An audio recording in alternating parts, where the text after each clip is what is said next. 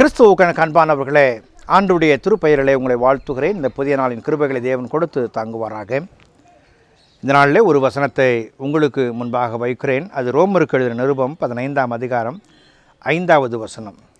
நீங்கள் ஒருமனப்பட்டு நம்முடைய கர்த்தராகிய இயேசு கிறிஸ்துவின் பிதாவாகிய தேவனை ஒரே வாயினால் மகிமைப்படுத்தும்படிக்கு 6வது வசனத்தை வாசிக்கிறேன். பொறுமையையும் ஆறுதலையும் அளிக்கும் தேவன் கிறிஸ்து இயேசுவினுடைய மாதிரியின்படியே நீங்கள் ஏக இருக்கும்படி உங்களுக்கு அனுக்கிரகம் செய்வாராக.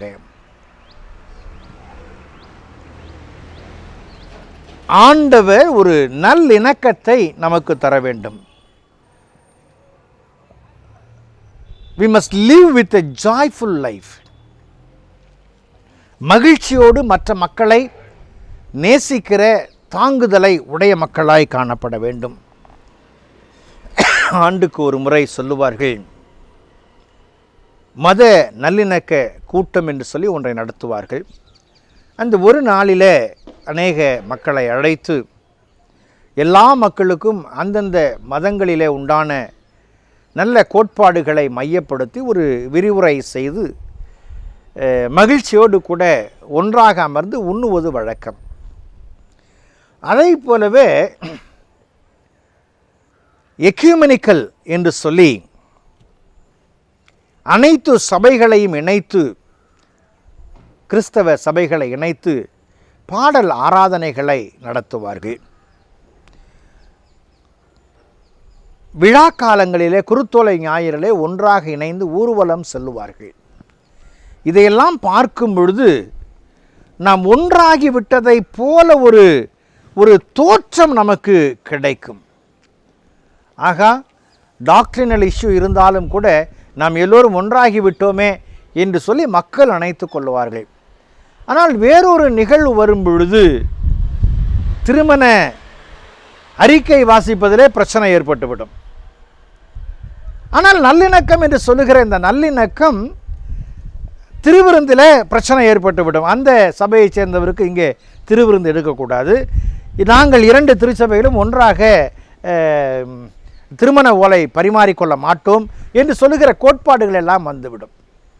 நல்லிணக்கம் என்கிற ஒரு வார்த்தை பொதுவாக ஏற்படுத்தும் பொழுது எக்யூமெனிக்கல் என்கிற வார்த்தையை பயன்படுத்துகிற நாம் சில நேரங்களிலே வெளிப்பேச்சுக்காக வேஷங்களுக்காக செய்கிற ஒன்றாய் காணப்படுகிறது. ஆனால் இங்கு ஆண்டவர் சொல்லுகிறார், நீங்கள் ஒருமனப்பட்டு நம்முடைய கர்த்தராகிய இயேசு கிறிஸ்துவாகிய தேவனை ஒரே வாயினால் மகிமைப்படுத்தும்படிக்கு.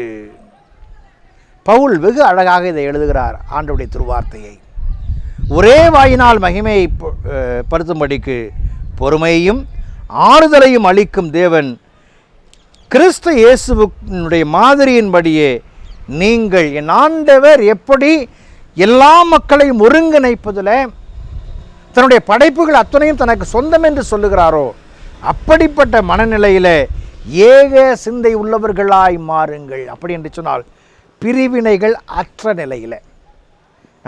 நான் அடிக்கடி யோசிப்பது, என் குடும்பத்தில் பிரிவினைகள் அற்ற நிலை காணப்படும் என்று சொன்னால், என்னுடைய சிறிய குடும்பத்தில் நானும் என் மக்களும் என் மனைவியும் ஒன்றாக ஒரே சிந்தை உள்ளவர்களாய் காணப்படும் பொழுது அது ஏக சிந்தையாய் காணப்படும். இது கொஞ்சம் விரிவுபடுத்த வேண்டும் என்று சொன்னால், என்னோடு கூட பிறந்த மக்கள், அவர்தம் குடும்பங்கள், அவர்தம் பிள்ளைகளுடைய குடும்பங்கள், இவையெல்லாம் வரும்பொழுது அந்த ஏக சிந்தை. திருச்சபையில் நான் செல்லும் பொழுது பல குடும்பங்கள் ஒரு குடும்பமாக ஆராதிக்கும் பொழுது அங்கே ஏக சிந்தை. நல்லிணக்கம் என்பது இப்படித்தான் வளர வேண்டும். வெளியே இருந்தோ எங்கே இருந்தோ ஒரு நாளில் வருகிற காரியம் நல்லிணக்கம் அல்ல.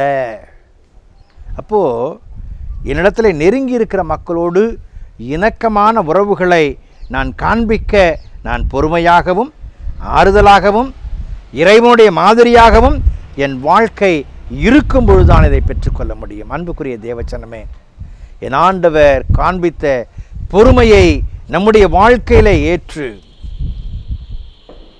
அவர் நமக்கு தந்த ஆறுதலை பிரதிபலித்து அவர் மாதிரியை பின்பற்றி அடியெடுத்து வைப்போம். கடவுள் இணக்கமான உறவுகளை கொடுத்து ஆசீர்வதிப்பார். அன்பின் ஆண்டவரே, இந்த நாளுக்காக, இந்த வேளைக்காக நன்றி செலுத்துகிறோம்.